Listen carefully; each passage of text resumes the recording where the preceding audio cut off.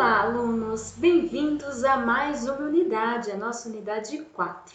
Nessa unidade, vamos falar de deformação e suas componentes. Vamos lá? Roda a vinheta.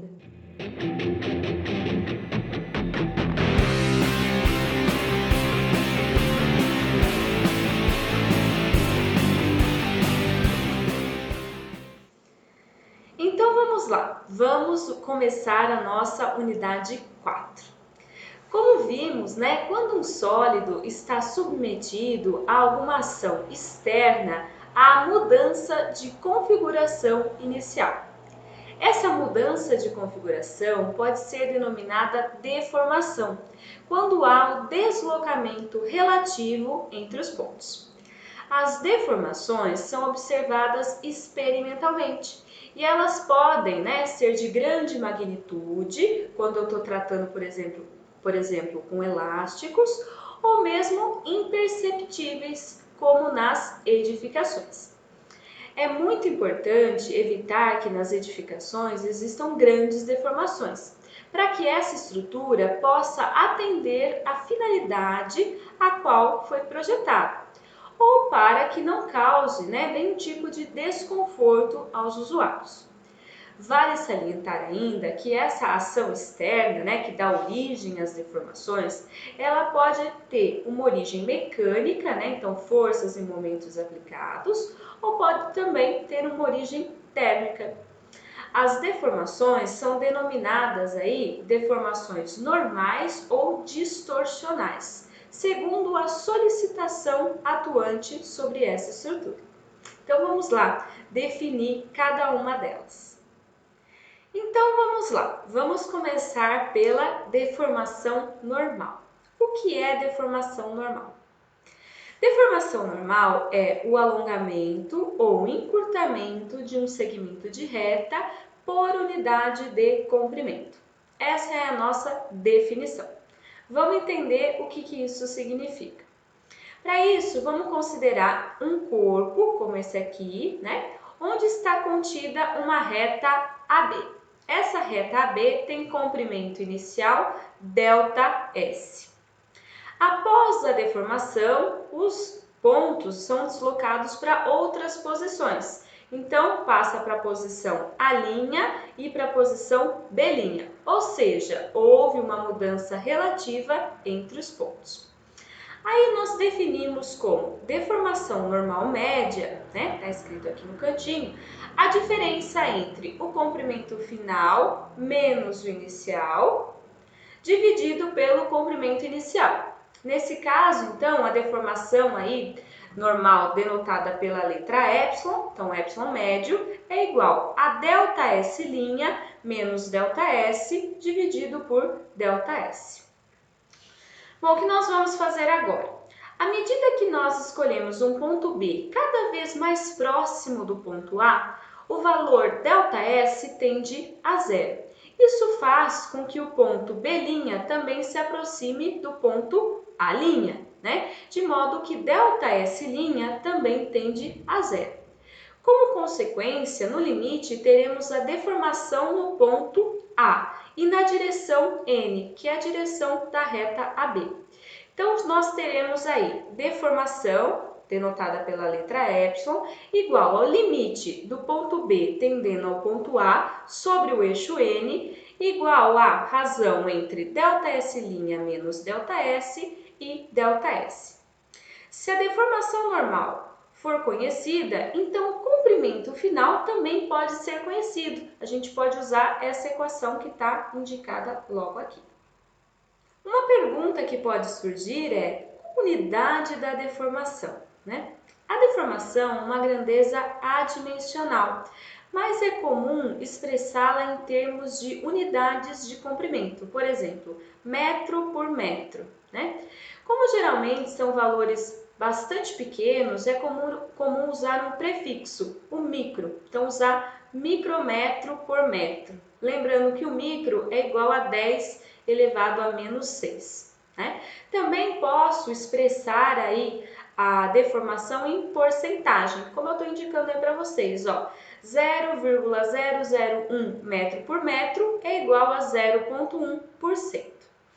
que é importante ainda a gente saber sobre a deformação normal, a convenção de sinais, né? Convencionou-se que a deformação normal é positiva quando é de alongamento e ela é negativa quando é de encurtamento. Bom, um outro tipo de deformação que temos é a deformação por cisalhamento. A deformação de cisalhamento também pode ser chamada de deformação distorcional ou deformação angular. Ela é a mudança que ocorre no ângulo entre dois segmentos de reta originalmente perpendiculares entre si. Esse ângulo é representado pela letra grega gama e é medido em radianos. Ela está associada à distorção dos elementos. Então, vamos entender isso um pouquinho melhor. Considere de novo aqui um corpo não deformado, no qual está contido os segmentos de reta AB e AC, direcionados ao longo de eixos perpendiculares, o eixo N e o eixo T.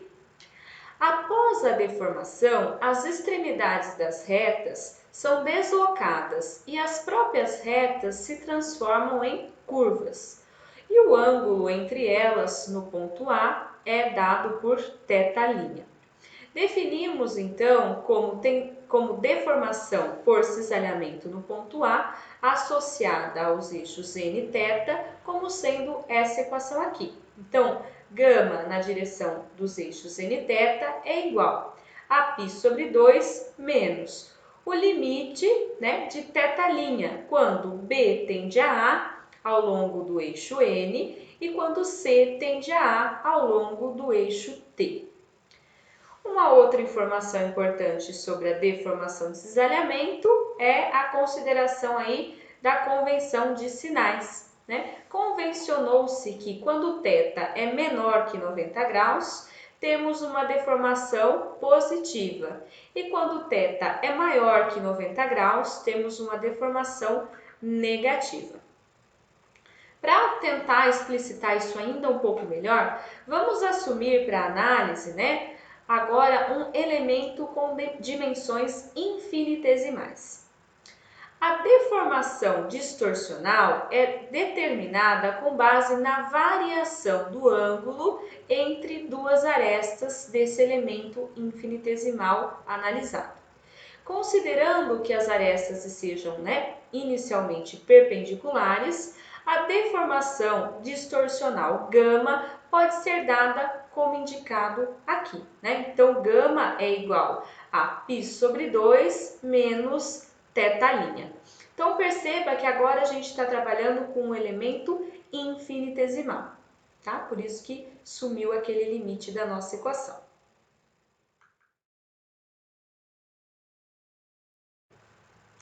Vamos falar agora das componentes cartesianas da deformação. Lembra que a gente viu lá em tensão, que tinha tensão normal e tensão de cisalhamento? E depois a gente viu todas as componentes de tensão? Aqui, de maneira análoga, a gente vai ter a mesma ideia. Temos, então, as componentes de deformação. Bom, imagine então que o corpo está subdividido em pequenos elementos com dimensões infinitesimais em torno, né, na vizinhança de um ponto. Consideramos, em primeiro lugar, então, a deformação normal. Vamos observar que ela muda o comprimento dos lados desse elemento retangular.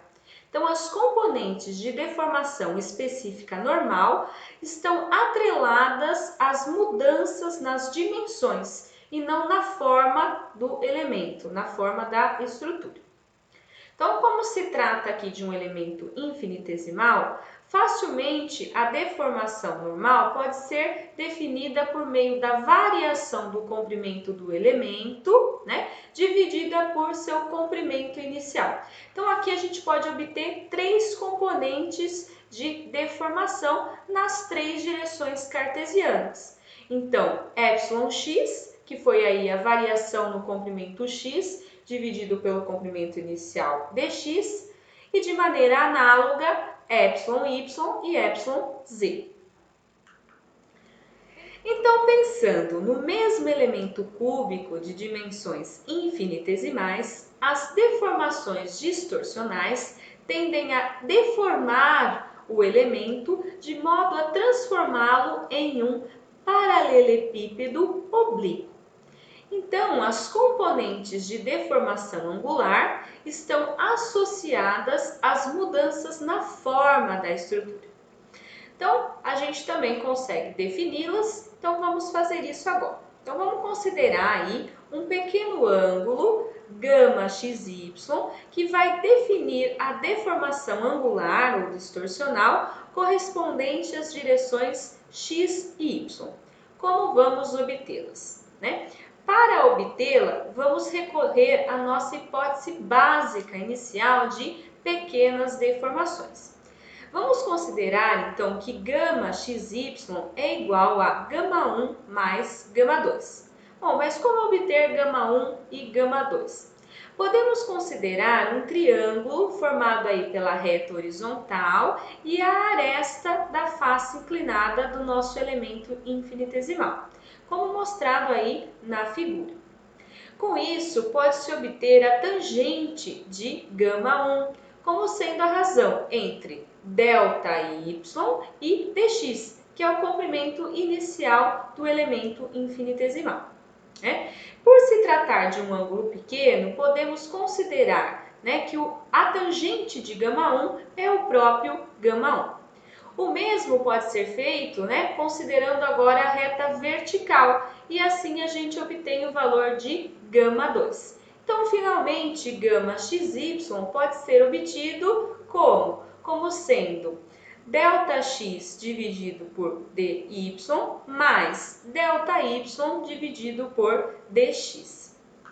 De maneira análoga, obtém-se as componentes de deformação angular correspondentes às direções x, z e y, z, como está indicado aqui nas equações.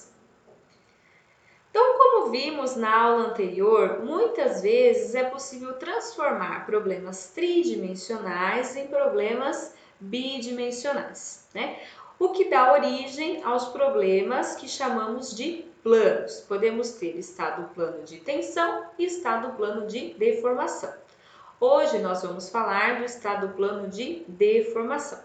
Então, em algumas situações, pode ocorrer de uma das deformações ser zero. Por exemplo, aqui, εz é igual a zero.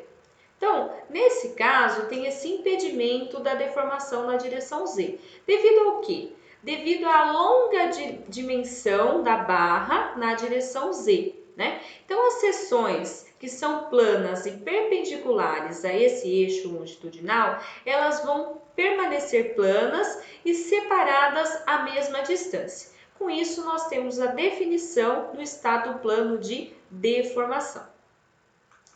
Bom, então é isso aí. A nossa unidade 4 é uma unidade bem curtinha, só para a gente definir mesmo as componentes de deformação que nós vamos utilizar aí ao longo das próximas unidades, É muito importante entender esses conceitos para que eles possam ser utilizados nas unidades subsequentes. Espero que esteja correndo tudo bem. Qualquer coisa, mais uma vez, meu contato está indicado aqui ao lado. Bons estudos!